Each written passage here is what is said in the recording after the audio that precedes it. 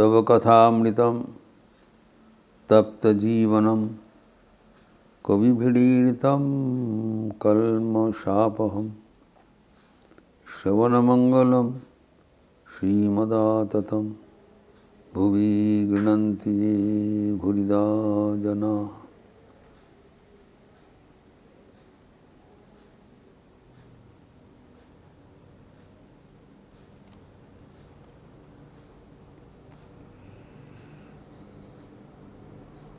समाधि साधन संपत्ति के बाद चल रहा था।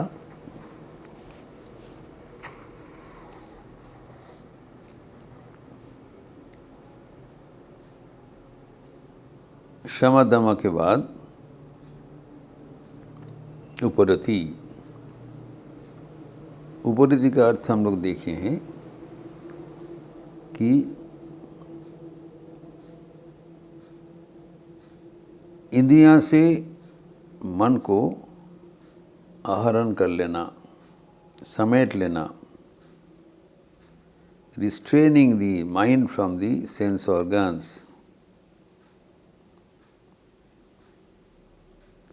एकादश इंद्रिय है, 10 बहिंद्रिय, 1 अंतरिंद्रिय, सबसे मन को, हमारा चेतन को हटा के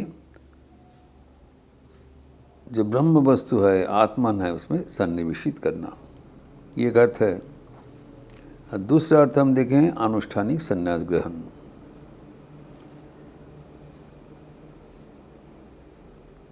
जो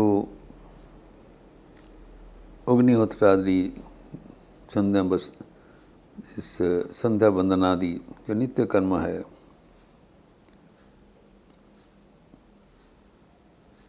जो अकर्णीय प्रत्यव्यय होता है, तो ये सब कर्म, रूटीन वर्क,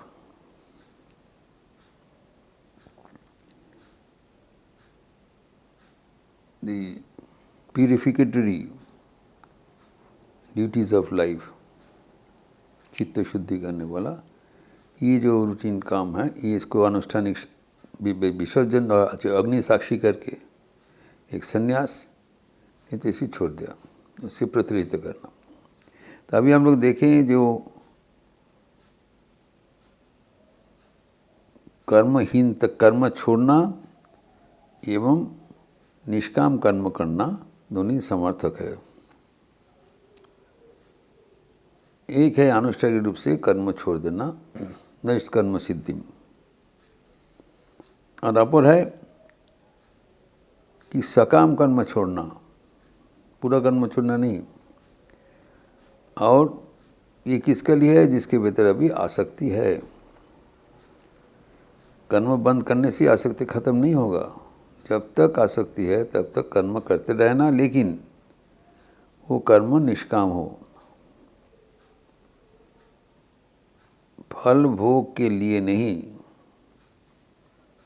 कर्म करने से जो पुण्य होगा भगवान के चरणों में समर्पित किया जाएगा। यही है निष्काम कर्मयोग के अनुष्ठान। और दूसरा है अनुष्ठानिक कर्म त्याग। तभी हमारे मन में सर्वदा प्रश्न होता है, इन दोनों से कौन बेहतर है? साधारणतः हम समझते हैं कि संन्यास है चतुर्थाश्रम, ब्रह्मचर्य, गारहस्थ, वानप्रस्थ, संन्यास, चतुराश्रमी कहलाता है। अर्थात संन्यास में the culmination of all other 3 ashrams. So naturally it gives a feeling that this is a superior stage of life. लेकिन शास्त्रों में ऐसी कोई उल्लेख नहीं है।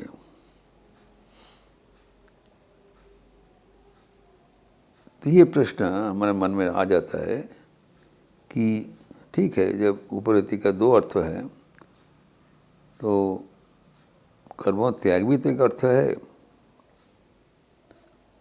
और जिसका प्रस्तुति है ये तो वो सहज चीज़ है। कर्म करना उतना आसान नहीं है, कर्म छोड़ना आसान है। अगर कर्म छोड़ने से ही हमारा लक्ष्य प्राप्ति हो जाता है तो क्यों कर्म करें। ये डिलेमा है हमारे मन में। ये प्रश्न अर्जुन स्वयं श्री कृष्ण को किया था। इसके लिपिबद्ध है भगवद गीता में 5वें अध्याय में। ओपनिंग वर्स मतलब शुरुआत में ही 5:1 अर्जुन उवाच, अर्जुन कहते हैं संन्यासम कर्मणाम कृष्ण पुनर्योगं च संससी जच्छ्रेय यतयोरेकम तन्मे ब्रूहि सुनिश्चितम। हे कृष्ण, संन्यास एवं निष्काम कर्म, कभी कभी संन्यास का अब इतना प्रशंसा बढ़ोतरी दे रहे हैं, समससी मतलब आप प्रशंसा करते हैं उनको, वो तो लगता है दिस इज बेटर, लेकिन जबकि कहा जाता है कुछ बेटर कुछ नहीं है। जो मार्ग जीत के लिए जो होना चाहिए, जो मार्ग जिसको पसंद है वो मार्ग फॉलो करें। 2 मार्ग है, एक कर्मयोग, एक संन्यास योग। तो अर्जुन ने क्या पूछा कि आई एम टोटली कन्फ्यूज्ड। आप कभी कभी जो कर्मयोग के बारे में बोल रहे हो, कभी कभी कर्म संन्यास के बारे में बोल रहे हो, जिसको सांख्य योग कहलाता है और निष्काम कर्मयोग का कर्मयोग कहलाता है।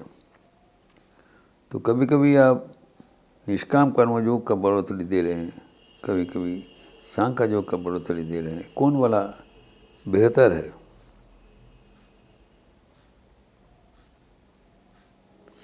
तो भगवान साथ साथ परवर्ती श्लोक में ही बताते हैं, संन्यास कर्मयोगश्च निःश्रेयस सकरावुः, निःश्रेयस सकरावुः तयोस्तु कर्म संन्यासात् कर्मयोग विशिष्यते। ये परिष्कार बता दिया। देखो, 2 किस्म का रास्ता है, संन्यास एवं कर्मयोग। सन्यासी भी बन सकता, अनुष्ठानी गेरुआ पहन के बैठ गया, बिरजा होम करके संसार त्याग कर दिया। लेकिन संसार जो गिरवा परिहित होके तुम संन्यास लिया, वो एक बहिरावरण हुआ, फर्स्ट स्टेप। लेकिन जो रियल संन्यास, उसका संज्ञा भी भगवान देंगे भगवद गीता में, 29 है, वो इतना आसान नहीं है। पहले हमारे पूर्वज कहते हैं 2 पैसा दे के तब गिरवा खरीद के वस्त्र रंग कट सकते हो, लेकिन मन को रंगाना चाहिए, मन को वैराग्य के रंग में रंजित करना चाहिए, तभी संन्यास सार्थक है।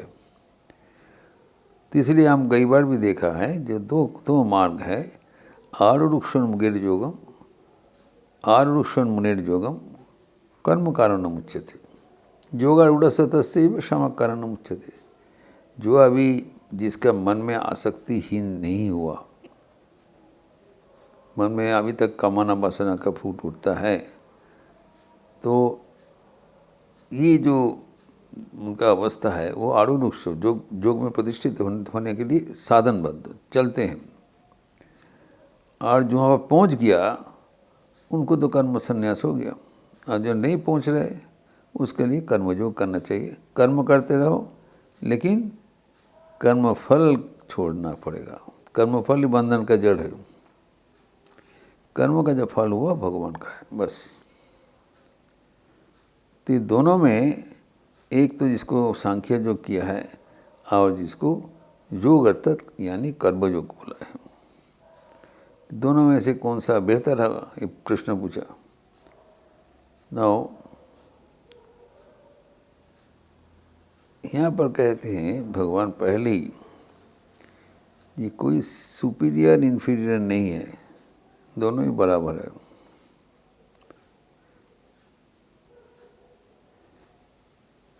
जद सांख्य प्राप्यते स्थानम तद्योगैरपि गम्यते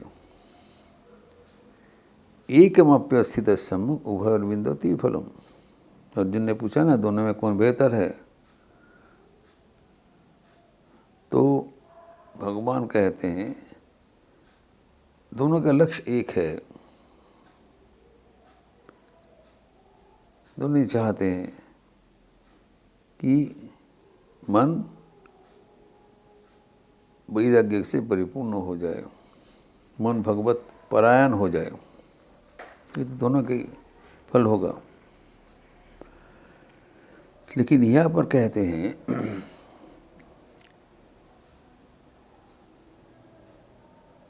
जो इसमें से कौन बेहतर होगा, तो भगवान कहते हैं देखो दोनों ही बराबर है। सांख्य और योग दोनों ही एक ही बिंदु पर पहुंचा देगा। Two parallel routes, both are effective, both will lead you to the same goal. पंचम अध्याय के द्वितीय श्लोक में बताया कि जब सांख्य प्राप्त स्थानम तद योगैरपि गम्यते, जो जहाँ पर सांख्य पहुँचाएगा कर्मयोग भी वहाँ पर पहुँचाएगा। कोई भी एक चीज़ बनिया करके कर लो तो उसमें से फल मिल जाएगा, दोनों का फल एक है। तो जब एक है तो what method should we take, संन्यास ग्रहण करें न कर्मयोग का अनुष्ठान करें। तो यहाँ पर बताते हैं भगवान परिष्कार कि संन्यासस्तु महाभावो दुःखमाप्तुम् उपायतः। तो ये संन्यास ग्रहण करके जो जीवन यापन करना ये आसान नहीं है, क्योंकि कर्म छोड़ के, निष्काम कर्मों का छोड़ के भगवान में तल्लीन होना आसान नहीं है। तो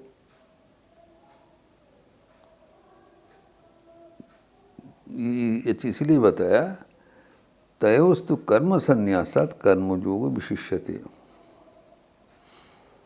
तो कर्म संन्यास से कर्मयोग बेहतर है, विशेष है, विशिष्ट है। श्री मां शारदा देवी कहते थे अपने सफ़ेद वस्त्र को दिखाती हुई, गिरवा नहीं पहनते थे, वो कहते थे यही भालो, क्योंकि ये जो त्याग मानसिक त्याग होना चाहिए। और कोई रमणी, कोई भक्त महिला आए थे, गिरवा पहनी, तो माँ के पास आए थे, तो माँ उनको पूछा तुम जो गिरवा पहन के आए हो, तुम संन्यास ग्रहण किए हो?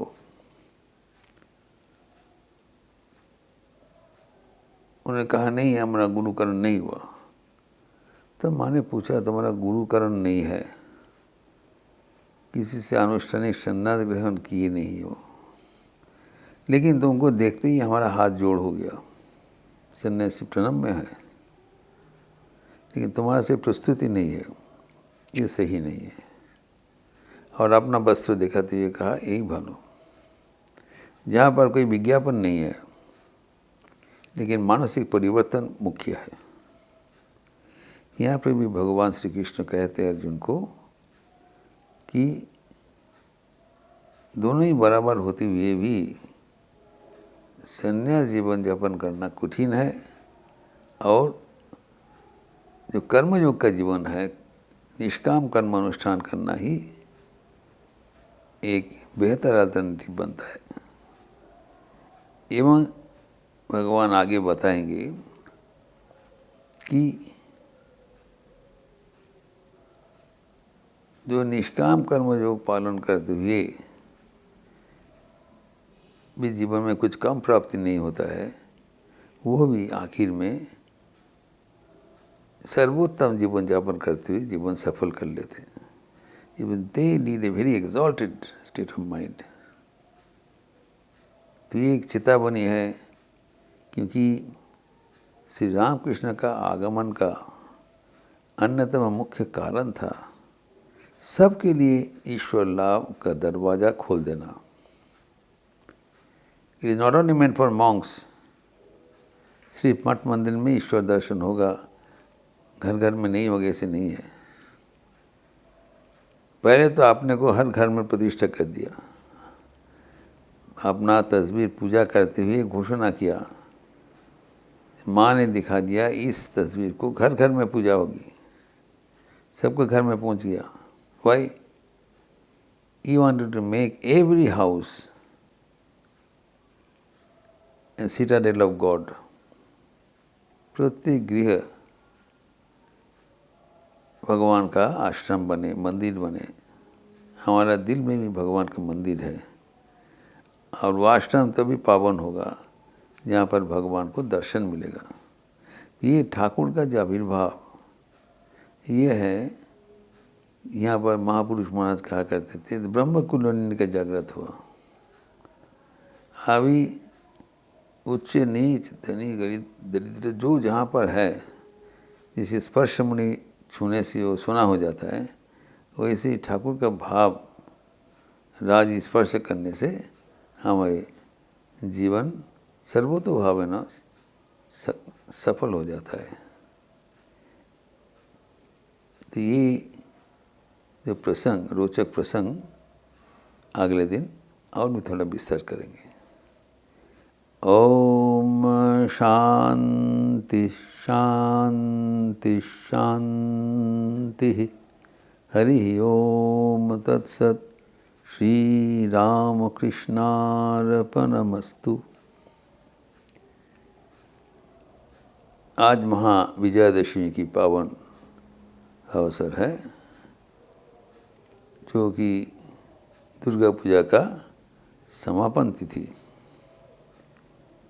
अभी 7:20 में आनुष्ठानिक रूप से दर्पण विसर्जन, जबकि दोपहर में आनुष्ठानिक विसर्जन होगा देवी प्रतिमा का, लेकिन सुबह में दर्पण के माध्यम में देवी जी का विसर्जन होगा। बार बेला का समय देखते हुए 7:20 में एवं भक्ति गीत होगा 7:30 से, एवं शाम को जो संध्या आरती 6 बजे संध्या आरती के उपरांत 7 बजे शांति जल एवं अभिवादन प्रत्यव अभिवादन प्रणाम एवं आशीर्वाद का जो परंपरा है। जो जूनियर है सीनियर को रिस्पेक्ट देंगे, सीनियर जूनियर को अपना आभार व्यक्त करेंगे। तो ये दुर्गा पूजा का समापन तिथि और आनंद का अनुष्ठान, इस अवसर पर सबको विजयादशमी का शुभेच्छा, हार्दिक अभिनंदन। अच्छे रहिए, स्वस्थ रहिए, आनंद में रहिए। नमस्कार।